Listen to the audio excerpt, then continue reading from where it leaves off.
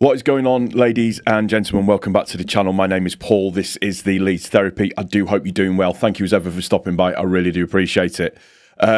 This video today is going to be the preview of our game against Crystal Palace. Just for clarification, this video is filmed before the press conference. So in terms of injuries and stuff, it might not be 100% accurate. So I'm just giving you the details that I have at this moment in time. So you know how it runs. It'll just be going through all of the usual stuff that I genuinely go through. So before we get into all of that, if you can make sure that you subscribe to all of my socials. So YouTube, Instagram, TikTok, all of that kind of good stuff. If you could get onto there, that would be greatly appreciated. Obviously, as well, I'm on all of your favourite podcast apps. So make sure that you are following those. If you are listening to the audio version of this, if you could give it a rating for me as well, that would be greatly appreciated also.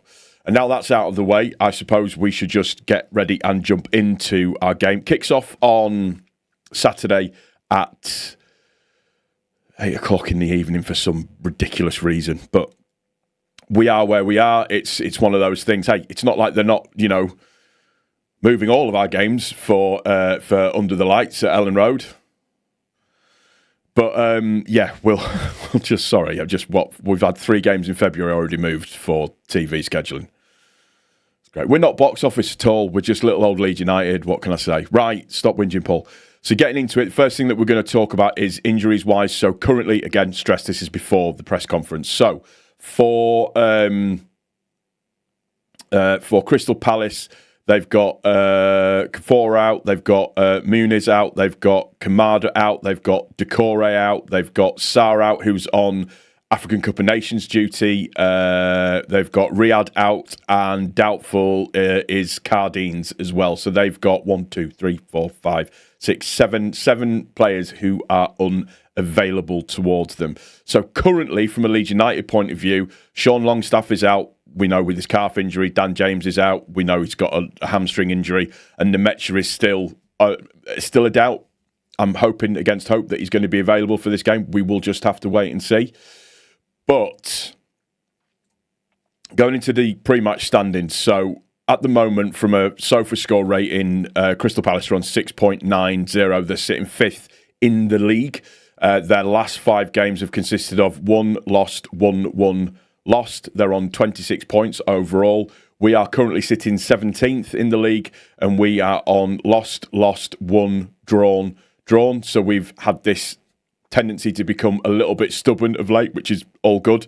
I'm absolutely fine with that. Really good fight back against both Liverpool and Brentford as well, in terms of just keeping that momentum and getting points on the board, which is what we've got to keep to, trying to do. From an insight point of view, I need to stop saying point of view. Leeds drew 3-3 with Liverpool, beat Chelsea 3-1 in the last 2 home games. We've scored 10 goals in our last 5 matches. Crystal Palace currently at this moment in time, they're ranked first for away form in the Premier League this season. Glasner's confirmed no player will start both Thursday's European tie and Friday's match at Leeds. Is it Friday? I thought it was Saturday.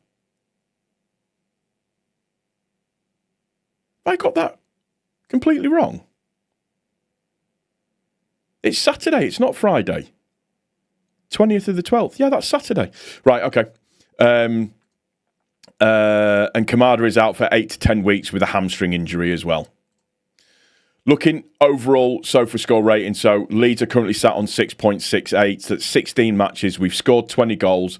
We're scoring 1.3 goals per game. We've conceded 30, though. Need to start shutting up shop. We've only had 2 clean sheets this season, 8 assists, and our ball possession averages at about 46%.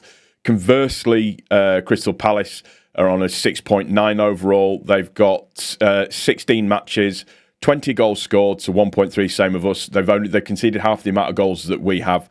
7 clean sheets, 11 assists, and 42.1% rating overall. Standing tracker, so this just gives you an idea of where everybody is. So Crystal Palace are having a very, very good season at this moment in time. They're coming off of, obviously, some decent results, and it just gives a bit of a steer as to where we're all kind of sitting and going. Both of us at this moment in time have had a bit of an upturn in form. Crystal Palace have had quite a significant upturn in form, where they went from 10th all the way to 5th, and now they're sat in 4th. We've just started to climb up. And like I said, I've said it a couple of times now, I feel like we're really starting to kind of find our level in the Premier League, which I think is important. Top scorers, so Calvert-Lewin is sat on 5. Overall foot mob rating of 6.68. XG is 5.03, and that's off of 14 matches played. Mateta for Crystal Palace on 6.93. 7 goals scored, 10 XG, 0 assists, and that's on 16 games played so far this season. Our 5 best players, the one in there that I keep talking about, Longstaff, shut him out because he's not... Obviously, he's injured, so it's Stack, Ampadu, Okafor and Aronson are our currently top-rated players in our side. And then for Crystal Palace, it's Gay, defender, Adam Wharton, who is a phenomenal player, Dean Henderson, the goalkeeper, Muniz, the midfielder, and Richards, who is a defender. Muniz is one that's going to be out as well, so it's interesting to see how they adapt to that one. Attacking point of view for Crystal Palace, they're scoring in around 1.8 per games. No penalties, no free kick goals. 8 goals from 71 shots inside the box.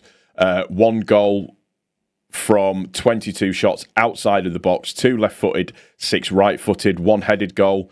4.2 big chances per game is created. They've missed 3 of those 4 that they create. In and around 18 to 19 shots per game.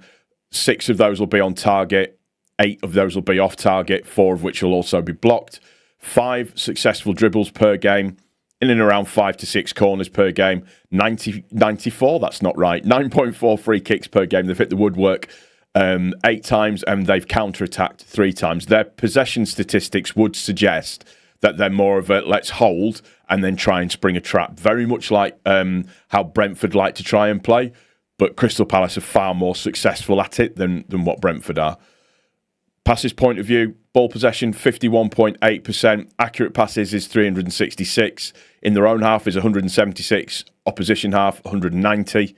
Accurate long balls is 17.4, which is an accuracy of about 50%. Accurate crosses is about 4.8, which is accuracy of about 25%, in and around that figure. Defending, only 2 clean sheets so far this season. Goals conceded per game, they're conceding about a goal per game. Tackles per game is 22.8, so about 23 tackles per game. About 7 interceptions per game. 18 clearances per game. 2 saves per game. 52.6 ball recoveries. 1 error leading to shot, 1 error leading to goal. As I mentioned, no penalties committed, no goals conceded, no clearances off the line, and only 1 last man tackle. The other statistics that we like to throw in there, so 52.8 duels won per game, so they win in and around 56% of their duels, of which 56% is ground duels and it says 56 again, but 56.5% is aerial duels. They lose possession 129.4 times per game, 20 throw-in per game, 5.4 goal kicks per game, 2.4 offsides per game, and 14.4 fouls per game, 1.6 yellow cards per game, and 1 red card per game.